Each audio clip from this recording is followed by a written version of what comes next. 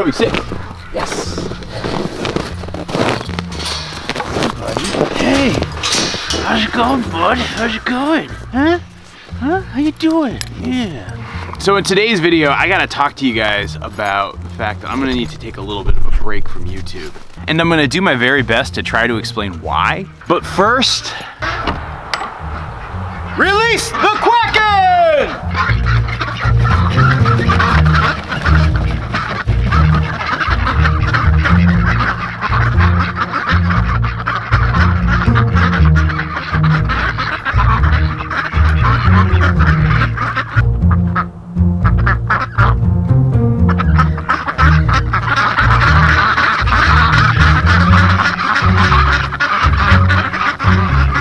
So let me start off by saying I absolutely love making YouTube videos.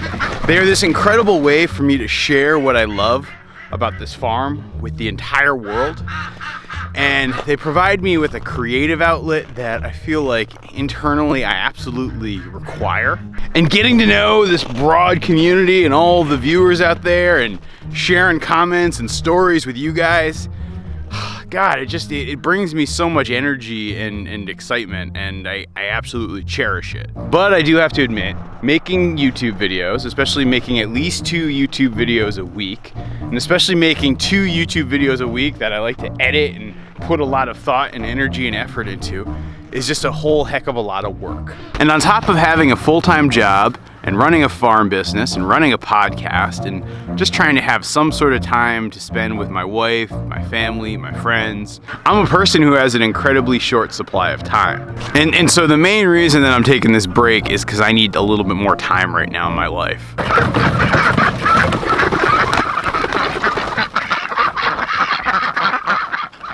Hey, check it out, I got 3 eggs this morning. That's an increase. And just so you guys don't hit the panic button, I'm not talking about taking a break forever. I just need to take a little bit of time away from the YouTube stuff so I can focus on a few other things in my life. And by the way, in case you guys were wondering about that duck that I showed you last week who had the frostbite, she's actually right there, that one right in the foreground. Boom, right there. And she's actually doing so much better.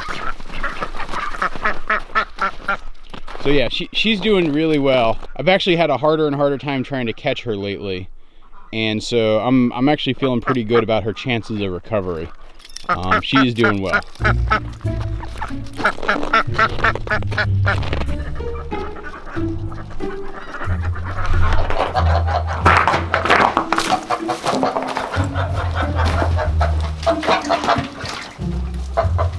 Good morning, guys.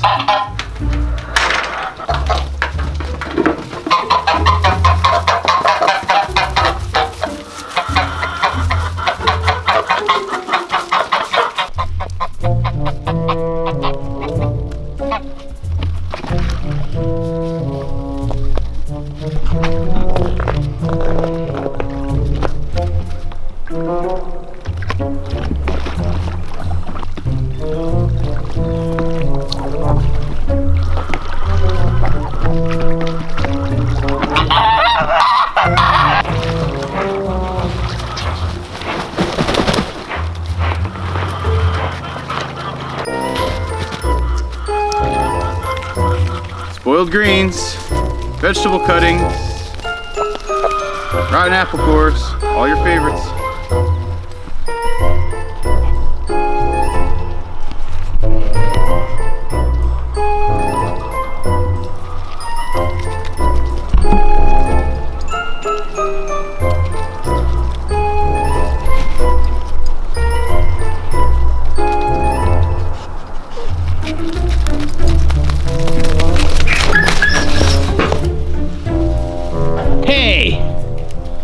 That's not cool. What are you doing? Not cool at all. I'm not sure how good I caught that on camera, but that gander is getting pretty darn aggressive with Toby. He's also getting aggressive with the rooster. He hasn't gotten aggressive with me yet. But based on everything I'm reading, I think that's because they're getting ready for mating season, and once that happens, the ganders always get a little bit more protective. So what am I gonna try to do with all this extra time?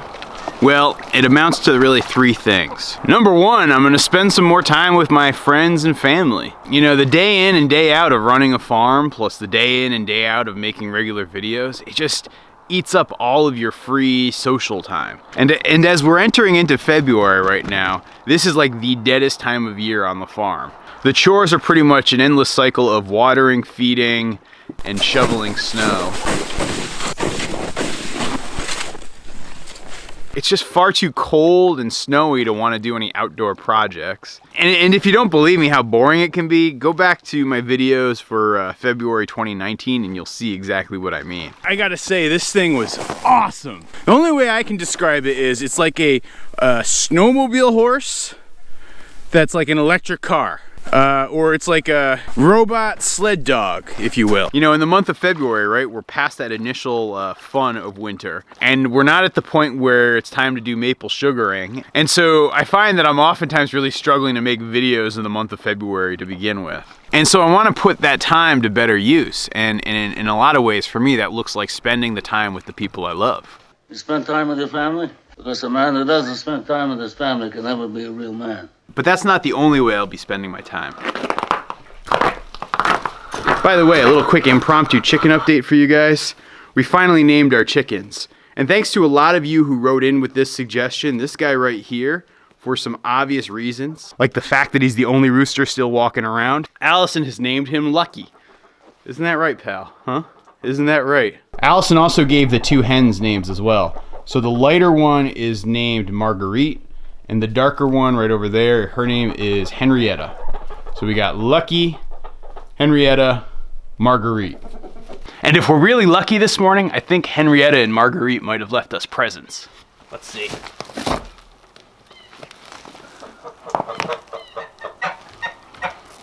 Nope. They have started to lay eggs though. They're tiny, but they're very beautiful eggs. And so I'm excited that I've finally been able to eat my own farm fresh eggs and not get sick like I do from the duck eggs. I know a lot of times with our farm, you guys have called me out for making my job harder than it needs to be. Like, why don't I use water lines? Why don't I use more hoses? Why don't I have electricity set up? Why am I not using permanent fencing? The biggest project I want to do this year is actually push ahead on a number of those fronts and really build the longer term, more permanent infrastructure I need. Now that I have a couple of seasons under my belt with working with the waterfowl, and I have a better sense of what I want to do both from a business model perspective as well as from a animal management perspective, I'm feeling so much better about investing the time, money, and energy into building out that permanent infrastructure.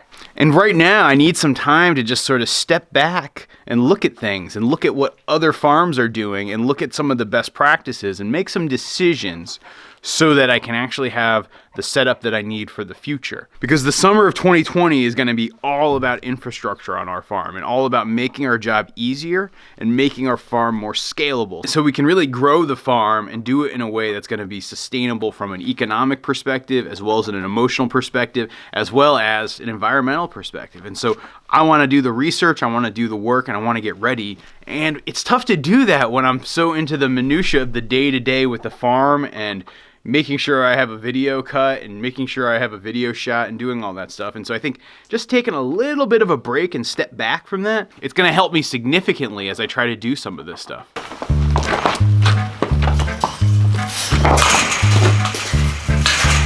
So right near where I keep all the cans of the animal feed, it's Pablo Barncat's favorite spot to hang out. I think he stalks it waiting for some sort of rat or rodent to come through, and then he pounces. I gotta admit, I haven't seen any rodent activity down here this winter, which is great. I was really worried that by having the chickens and geese down here and feeding them and them having grain that's out a little bit, I was really worried that I'd get overrun with rodents, but thanks to the barn cats, they're keeping things in check. All right, Toby, let's go. Time to feed.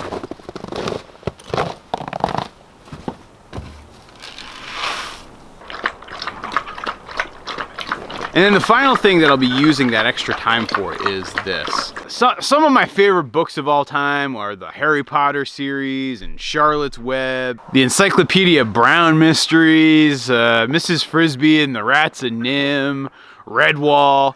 There's something about those books that are written for children that are just so amazing, and they hold such beauty and such truth.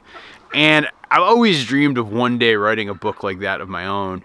And recently, thanks to Toby Dog here, I actually got inspired to write one. I don't want to give too much away just yet, and I really hope this whole thing pans out and you guys are able to read a copy of what I'm working on right now this summer. But right now, I just want to sort of clear my creative brain just to focus squarely on working on this book and not have other creative projects rumbling around there. I can sometimes be guilty of having a one-track mind, and so I think having this focus concept will help me in a big way in trying to finish this book. So that's pretty much it. That's why I'm taking the break. If you guys want to keep in touch with what's going on with Goldshaw Farm, I'm going to give you a couple of ways right now. First and foremost, I'll still be putting out occasional episodes of the Goldshaw Farm podcast, and so you can find that wherever you get your podcasts, and I'll leave a link down below. Second, I'm going to continue to put stuff up on Instagram, and I post regular stories about what's going on here in the farm, and so be sure to follow us on Instagram. It's Goldshaw Farm on Instagram. Third, I'm setting up a mailing list to let you guys know when I'm back. I know some people sometimes don't get those notifications from YouTube, and so you can sign up for the mailing list. I promise I won't spam you, but you can get information about what's going on here at Goldshaw Farm. And then finally, for all you knuckleheads who haven't subscribed and asked for notifications, go do that so you can follow along and find out when we're going to be back. And by the way, I promise to be back in early March. This is not going to be a long hiatus. It's just going to be 1 month, and I will be back with a whole bunch of new videos about Goldshaw Farm and what we're doing here and what's going to happen in 2020 with some really exciting things. Huh?